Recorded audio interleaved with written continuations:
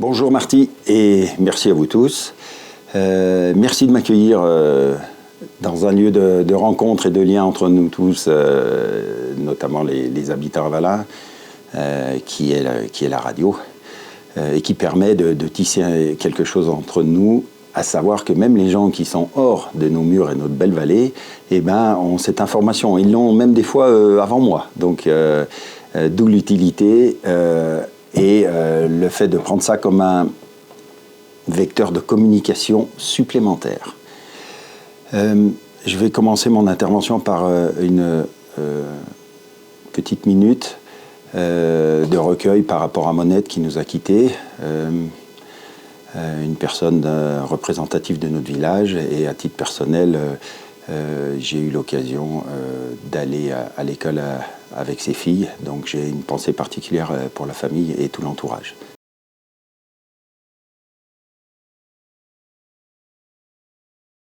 Pour identifier les 5 objectifs, le premier, qui est le carrefour de beaucoup de problématiques, c'est le logement. C'est le logement, permettre aux Avalins de rester à Val d'Isère pour tout un tas de raisons qu'on développera, j'imagine, un peu plus tard. Après, c'est le village à l'année, justement pour fixer les gens et pour qu'on puisse conserver des services, je pense à la jeunesse. La gouvernance ouverte, c'est-à-dire faire participer davantage les Avalins, davantage les socioprofessionnels, pour essayer de régler d'une manière rapide et en direct toutes les problématiques qu'eux rencontrent.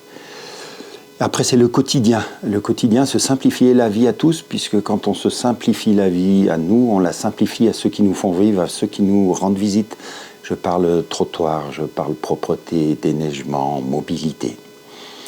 Et puis, il faut qu'on prépare l'avenir, puisque sans la grande station, il n'y a pas de retombée pour le village.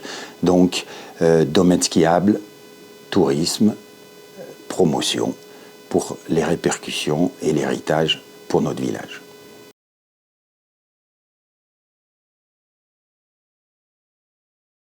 Alors, quel sera le projet qui va laisser des traces à 20 ou 30 ans? Le premier, bien entendu, c'est le logement. Et le logement, nous, on donne la garantie via 2 structures. Une structure que vous connaissez, qui s'appelle la Sacoval, qui est le bailleur social local, et une structure qui est à créer via un GIE ou une SEM, qui est plutôt orientée socio-professionnelle, qui permettra à la collectivité d'amener le foncier pour donner des garanties d'utilisation, et aux socio-professionnels d'investir et d'avoir par cet investissement l'opportunité d'accéder à des logements qui seront plutôt destinés aux saisonniers. Toujours encadré dans ce GIE qui donne donc à la collectivité et à Val d'Isère la garantie que ça reste pour des actifs. Et puis je pense qu'il y a un deuxième axe sur lequel on doit travailler, parce qu'il est très très structurant, c'est la mobilité. C'est-à-dire que nous allons mettre à l'étude donc le projet de l'entrée de Val d'Isère, du dernier tunnel au Crêt.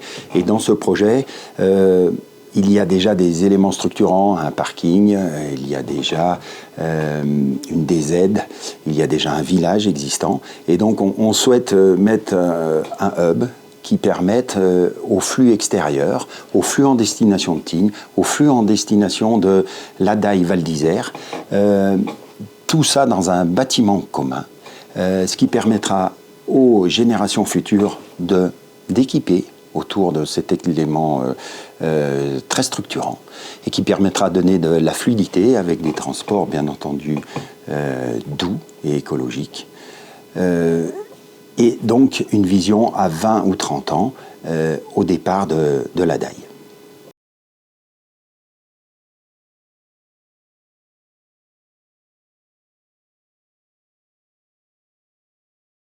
Alors aujourd'hui, par rapport au budget, effectivement, il est limité. La collectivité a entre 5 et 7 millions de budget d'investissement.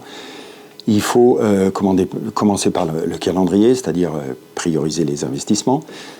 Bien entendu que ça passe par l'optimisation des dépenses, ça c'est certain. Et puis il y a quelque chose qui n'a pas été étudié jusqu'alors, et c'est ce qu'on appellera, nous, la recherche de financement extérieur. Je pense aux subventions et aux partenariats, jusqu'au mécénat, puisque Val d'Isère et l'image de Val d'Isère est très très forte à l'international, et je pense que ça permet de taper à des portes et de contractualiser des choses qui permettront de donner un peu d'oxygène au budget d'investissement de Val d'Isère. Alors ça on a, la collectivité a plusieurs leviers pour ça.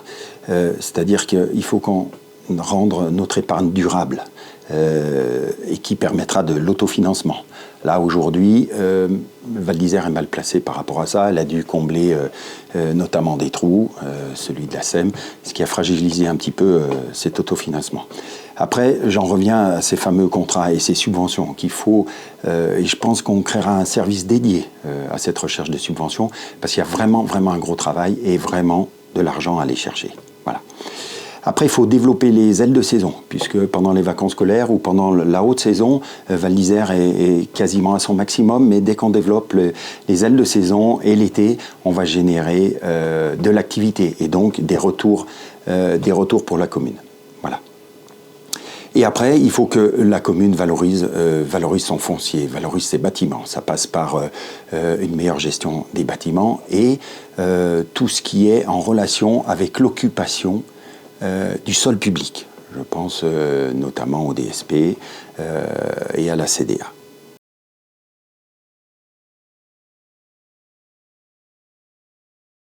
En ce qui concerne la gouvernance et la transparence, au sujet de la gouvernance, nous souhaitons mettre en place une commission villageoise, ce qui permettra de remettre les habitants au cœur du débat.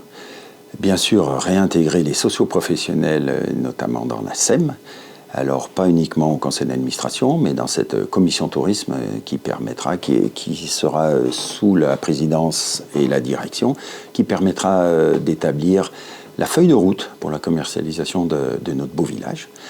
Après, question transparence, bien entendu que tous les élus qui auront un rapport avec un sujet qui tournera autour de la table du conseil municipal ne participeront pas au débat ni au vote.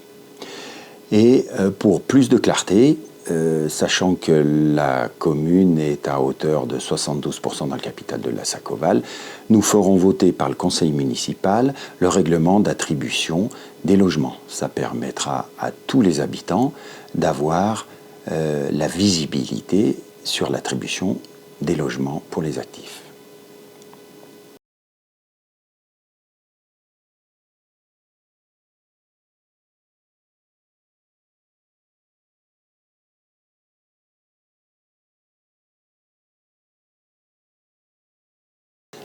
Au niveau de la gouvernance de la SEM, je vous ai décrit dans la question précédente l'organigramme.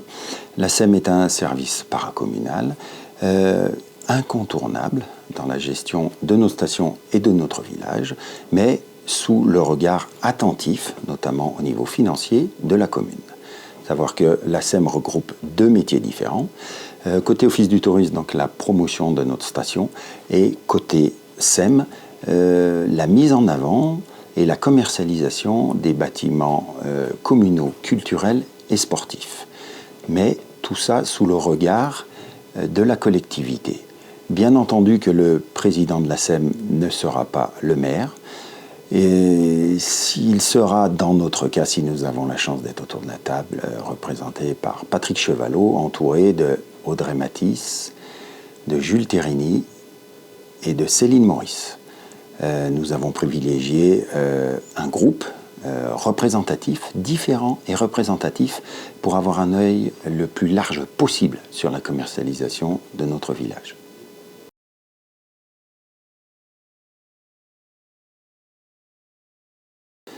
En ce qui concerne la communication et le positionnement de Val d'Isère à l'international, nous avons la chance que Val d'Isère se soit créé autour d'un village. Nous avons la chance que Val d'Isère soit d'une renommée internationale.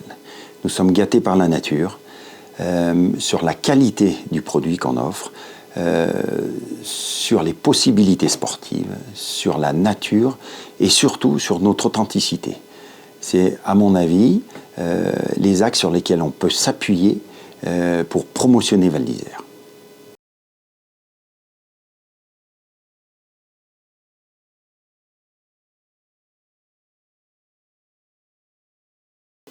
Au niveau de l'ambition de la notoriété avaline à l'international, je pense qu'il y a un équilibre à conserver.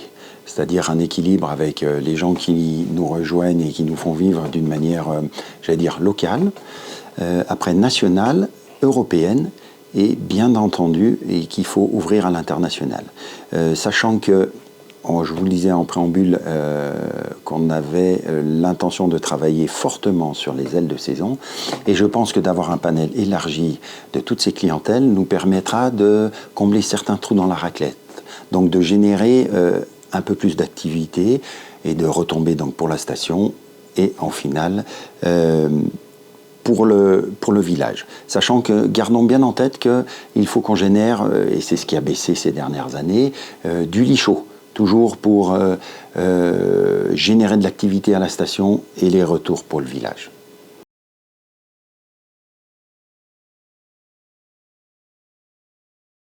Alors, pour qu'on puisse avoir accès à une clientèle proche, et notamment la jeunesse, ça passe souvent par des événements. Bien entendu des événements sportifs, et on a la chance d'avoir des structures qui savent les organiser à Val d'Isère. Bien entendu que je parle du club des sports et de la régie des pistes. Et puis des choses un peu plus festives. Et ça, via la SEM, nous avons aussi un service qui sait prendre en gestion ce type d'organisation culturelle. Et après, bien entendu, qu'il faut se raccrocher au tourisme régional. Et il y a des structures, dans le bas du département, qui permettent de faire des liaisons. Toujours avec la jeunesse ou avec des CE qui permettent des échanges. L'été, nous avons aussi la chance d'avoir ce fameux col de Lisan. Et ce qui nous permettrait, si nous arrivons à le valoriser, c'est quand même le col le plus haut d'Europe et l'arrivée du col n'est pas à la hauteur de son altitude. Et ça, c'est un sujet sur lequel on souhaiterait travailler, comme celui des ailes de saison, qui permettront aussi à cette clientèle proche de pouvoir nous rejoindre et générer de l'activité au niveau de la station et ces fameux retours en direction du village.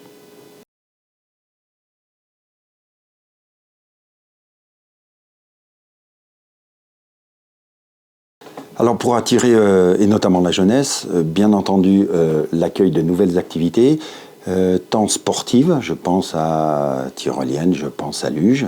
Et là, dans la boucle, nous aurions souhaité mettre bien entendu notre concessionnaire, dont c'est son métier. Et puis événements musicaux, sachant que Val d'Isère a la chance d'avoir un service culturel, a la chance aussi d'avoir un service animation au sein de l'office. Donc nous avons les bases pour pouvoir promotionner ce genre d'événements. En ce qui concerne nos seniors, pour ce qui se tourne autour du domaine skiable, c'est à notre avis la sécurité sur le domaine skiable. Donc renforcer cette sécurité avec contrôle et des règles. C'est aussi la présence toute simple de bancs autour de nos itinéraires de promenade. Et puis, nous avons le souhait de déplacer notre musée, de le réhabiliter et bien entendu de l'agrandir qui mettra en valeur notre village et l'arrivée et l'épanouissement de notre belle station.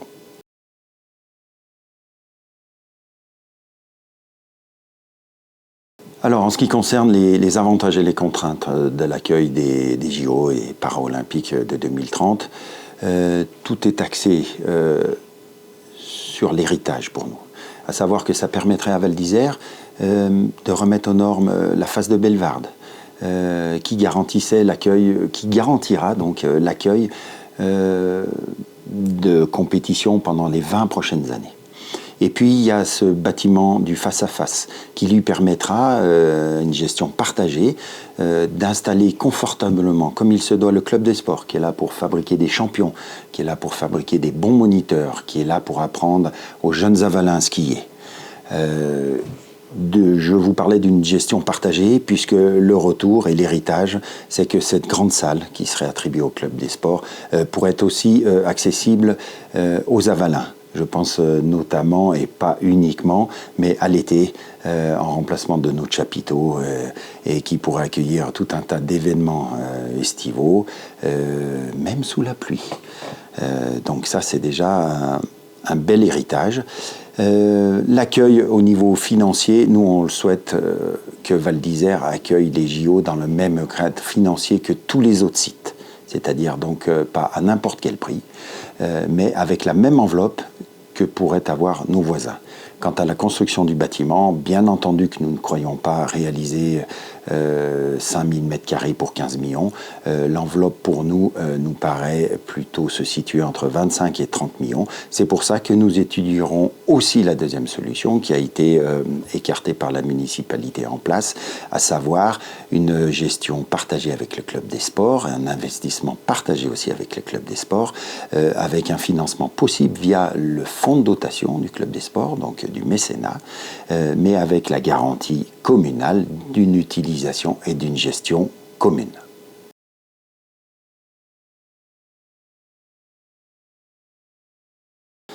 En ce qui concerne la CDA, donc c'est cette fameuse deuxième date de ce mandat de 6 ou 7 ans, les collectivités ont été prévenues en amont par la Cour des comptes qu'elles ne ferait plus bénéficier d'avenants toutes ces concessions, donc la nôtre date de 82, et oblige donc la collectivité aujourd'hui à un exercice. Donc 2 ans avant cette date anniversaire, c'est un petit peu le bilan pour que le futur pétitionnaire ait une vision très très claire de l'entreprise.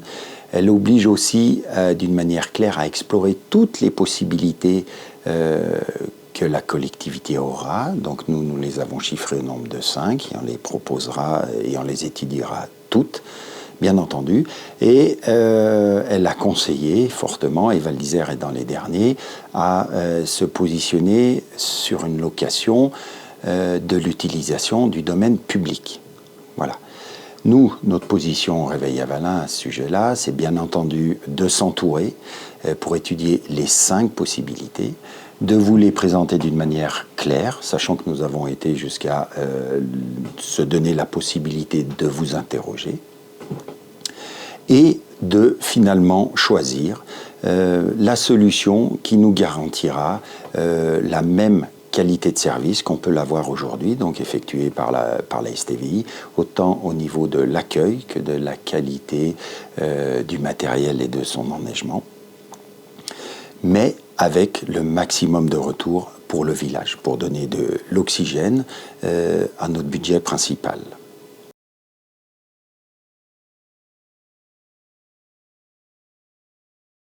En ce qui concerne le développement des activités, et notamment sur l'été, bien entendu que ça passe par le développement d'activités sportives, je pense au Manchet, à sa base sportive, qu'on souhaiterait étendre jusqu'au hameau du Manchet, qui permettrait d'accueillir d'autres activités sportives et la rénovation de ce hameau.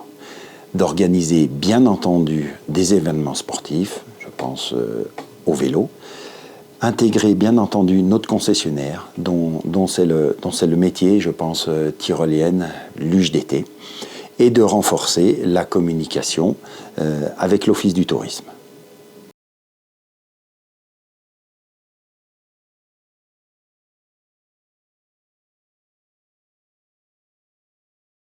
Eh bien, cette question, Marty, je te réponds oui.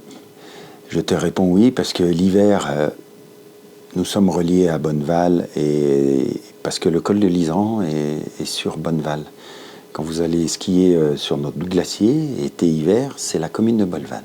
Donc nous sommes déjà reliés à Bonneval.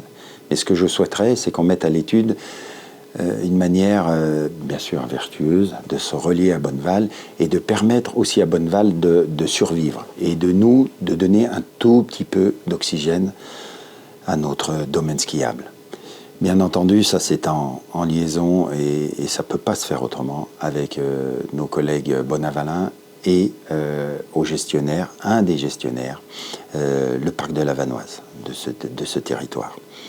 Après, nous sommes reliés aussi à Bonneval l'été. L'été par ce col, ce plus haut col d'Europe, où il est dur de s'arrêter, parce que pas forcément accueillant. Et nous aimerions nous rapprocher du parc, savoir s'il y a une possibilité, sur un petit zonage, de permettre d'accueillir les gens qui font cette belle destination-là, ces fameux 7 cols qui permettent de descendre à Nice, ce plus haut col européen, de s'arrêter, d'être accueillis comme il se doit, à savoir avec des services simples, mais des services qu'on retrouve dans tous les cols. Donc nous aimerions nous rapprocher du parc de la Vanoise pour étudier cette possibilité-là. Sachant que le col est aussi la porte amont de l'entrée de Val d'Isère. Et il ne faut pas qu'on la squeeze, et il faut, dès le col de l'Iseran, prendre soin des gens qui vont traverser Val d'Isère. Sachant qu'ils ont été comptabilisés à 64 800 voitures en moyenne. Mettez 3 personnes par voiture. Après, à nous de les arrêter, j'imagine qu'on en parlera un peu plus loin, dans notre beau village.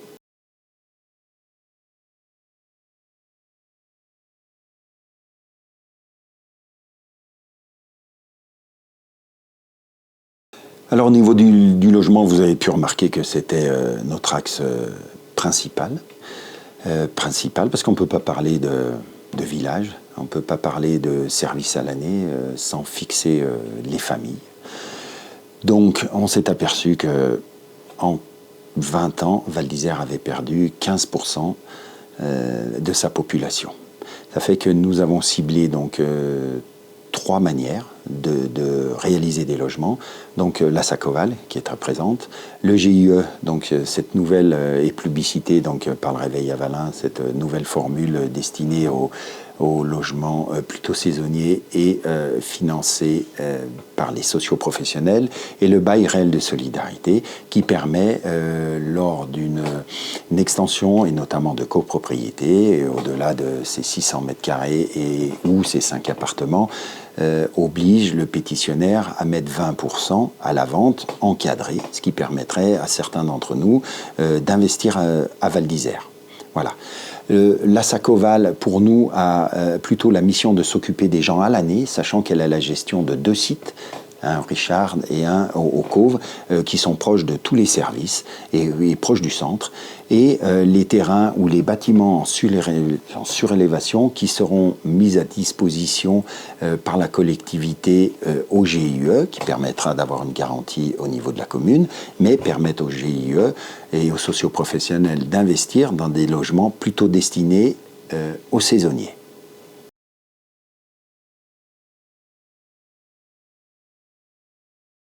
Ah, effectivement, pour les sociopros qui rencontrent des problèmes de logement, ça va faire un petit peu le parallèle avec la question précédente, à savoir que les 3 structures donc, que l'on propose, et notamment 2, moi je leur conseille d'intégrer ces structures. Et notamment celle des socioprofessionnels par l'Union des commerçants et artisans ou hébergeurs, qui permettent d'accéder ou notamment d'avoir une info claire sur le fonctionnement de la Sacoval et du GIE. Et je pense que le GIE pour les socioprofessionnels est une vraie opportunité. Parce qu'aujourd'hui, vous savez bien qu'un socioprofessionnel qui loue un logement nord de 17 mètres carrés le paye entre 10 et 12 000 euros. Et que nous, dans la solution GIE ou SEM, si nous arrivions à concentrer la construction de 150 logements, et pour nous c'est possible, ça ramènerait aujourd'hui le prix de construction à 3 800 euros. Je vous laisse faire le calcul. Donc c'est une solution, c'est une vraie solution. La commune sera aidante et porteur et facilitatrice de ce genre de projet.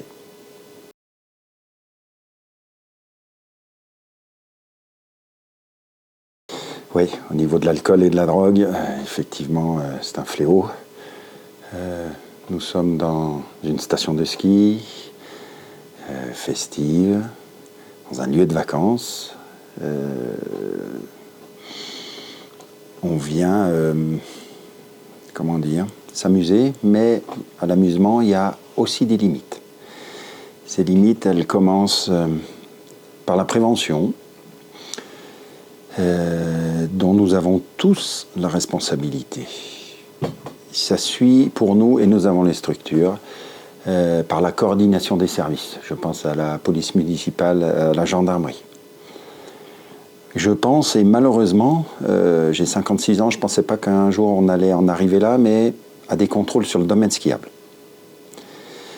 Et de mettre en place peut-être des opérations coup de poing, pour justement essayer de freiner, d'apeurer un petit peu, de freiner cet enthousiasme. Il y a peut-être au niveau des socioprofessionnels à mettre en place un manifeste sur les addictions. Et nous avons bien sûr la chance d'avoir une structure déjà qui a plus de 20 ans d'âge, dont j'étais pas l'instigateur, mais dont j'étais il y a 20 ans participant à sa mise en place autour de la table du conseil municipal. Je parle bien entendu de Vivaldise, adossé à l'association Pélican, qui fait un réel travail, et notamment à ce sujet-là.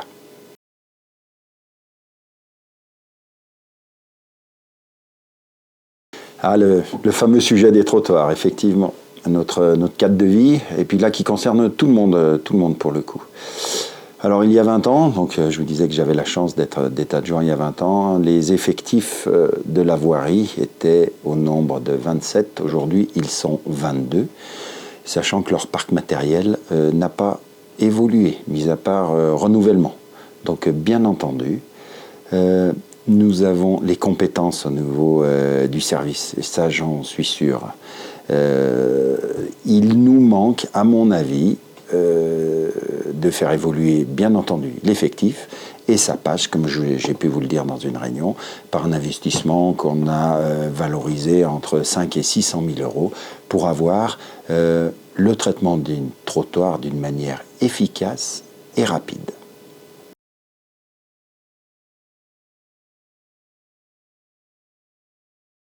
Alors, au sujet des services techniques, eh ben, j'ai eu la chance de déplacer, il y a 20 ans, le garage communal.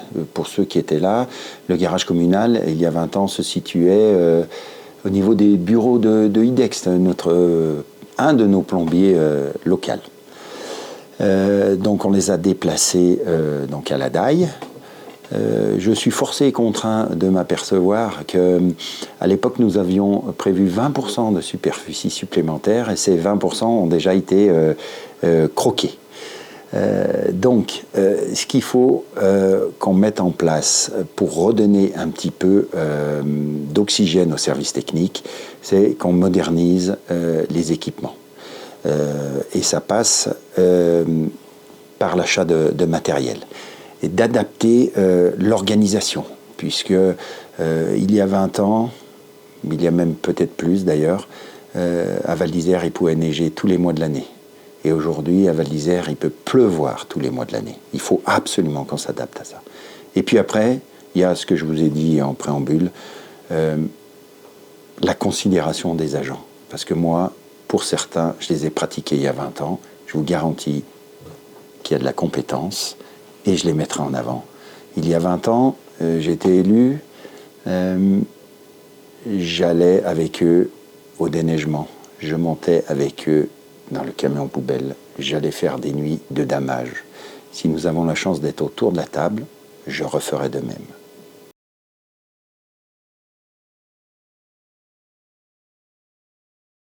même. Sujet des parkings, grand sujet, puisqu'il y a pour nous, j'allais dire, deux versions. Il y a la version hivernale, où là, pour nous, les voitures doivent être garées sous terre, ne doivent pas être une pollution entre guillemets visuelle, ne doivent pas gêner tout ce qui est fonctionnement, je pense aussi au déneigement. Et puis il y a vraiment la version été, où là on va travailler avec les socio-professionnels pour créer davantage, je pense à l'UCPA, je pense à l'avenue principale, davantage de stationnement de surface pour générer de l'activité, pour essayer d'arrêter les gens qui pratiquent la route des Grandes Alpes.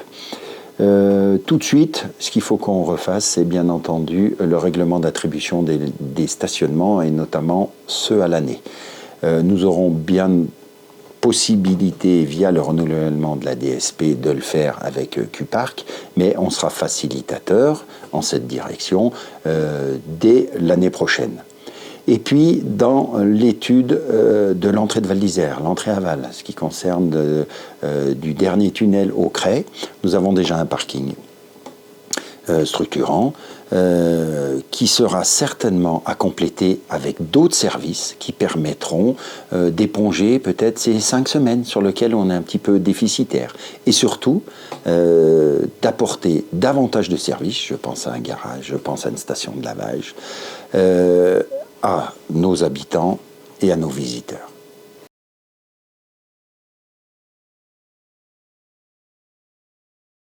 Alors en ce qui concerne la gare routière, et j'allais dire, elle aurait dû être gérée comme tout autre investissement. À savoir que vous arrêtez une activité, il faut absolument avoir sa remplaçante tout de suite derrière. Autrement, on ne fait que arrêter des activités et on ne propose rien. Donc là, je parle plutôt sportive et culturelle. Mais quand vous déplacez la gare routière, mais tout de suite, vous allez voir votre concessionnaire qui a la compétence transport.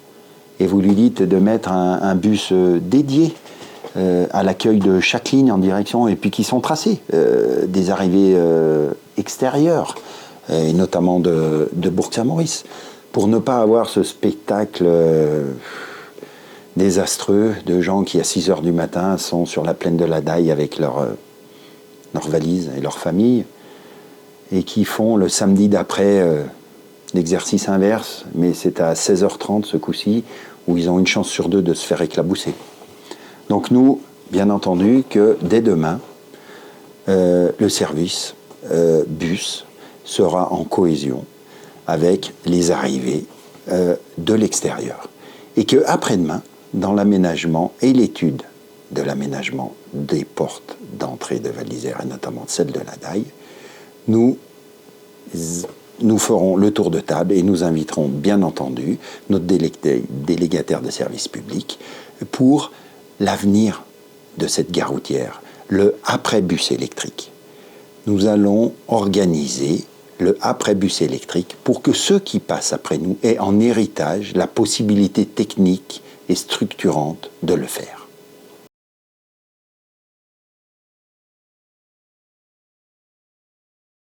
Alors, l'amélioration de l'accès à Val d'Isère, ça passe par plusieurs points. J'en ai déjà traité un, c'est-à-dire c'est l'organisation de l'accueil de nos clients venus de l'extérieur, par ce hub central qui permettra, d'une manière souterraine, d'accueillir tout le flux de notre clientèle extérieure, et depuis ce bâtiment, sans sortir, avoir la possibilité de rejoindre avec un transport doux donc le centre de Val d'Isère ou même Tignes. Et autour de ça, donner la possibilité aux générations futures d'aménager, d'organiser, d'urbaniser autour de cet élément très structurant. Après, pour ce qui est de nos axes routiers, on s'aperçoit que les relations extérieures, il n'y en a pas beaucoup, notamment avec le Conseil général, dans le sens où l'état de nos routes ne garantit pas qu'il y ait beaucoup de rencontres entre la municipalité et le Conseil général. Donc ça, nous, on souhaite mettre l'accent dessus le réseau, dessus les relations extérieures, pour faire bénéficier à notre station, bien entendu, de l'ouverture de portes, à savoir tant que financière, en passant par des subventions, tant que relationnelle, pour avoir notamment des belles routes et pouvoir proposer l'été un vrai produit vélo, une vraie route des grands cols.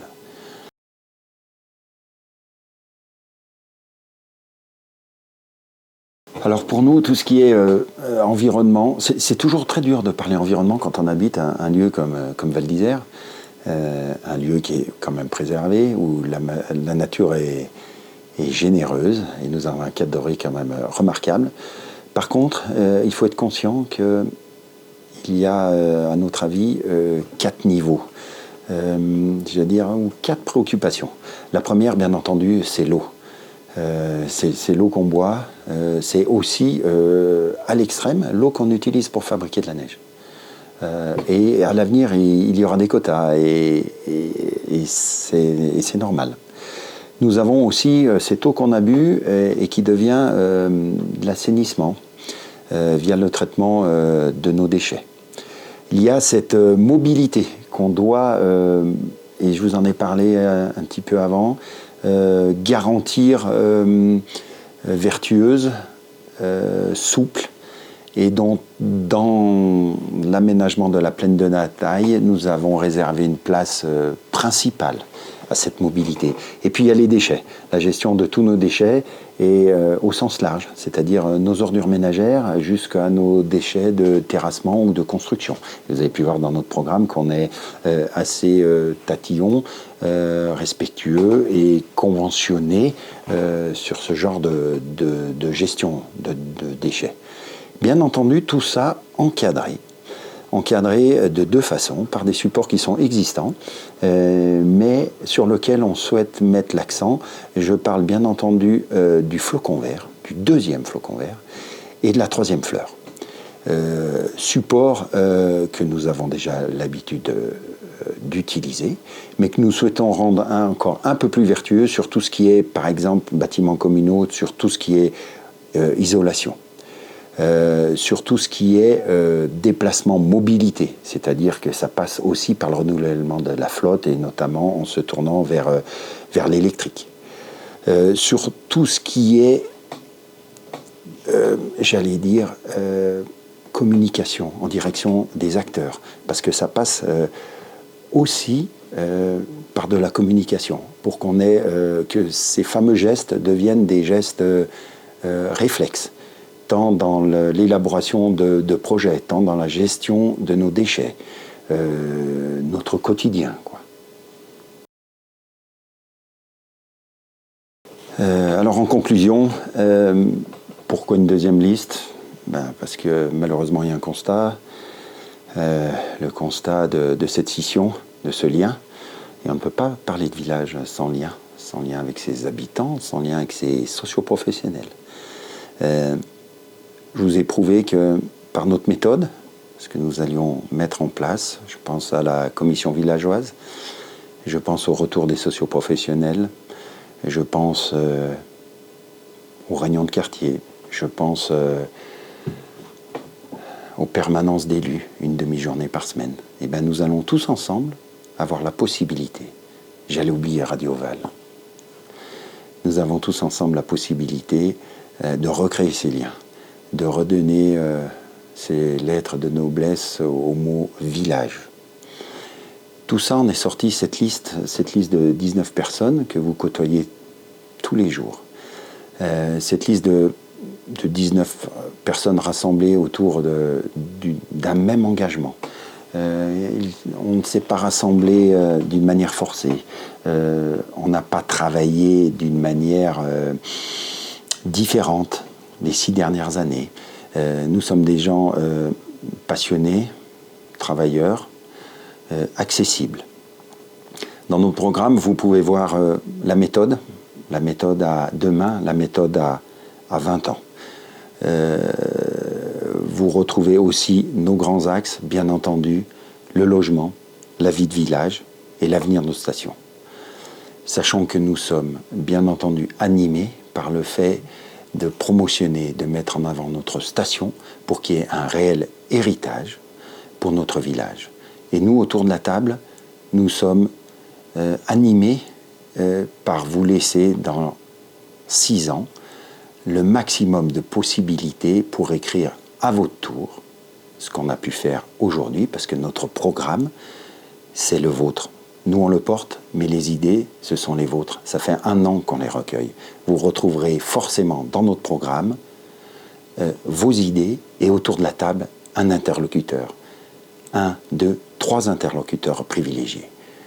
Donc, voter Réveil Avalin, c'est voter la transmission pour demain, c'est voter la garantie de la faisabilité de la mise en place de vos idées. Merci beaucoup et à très bientôt.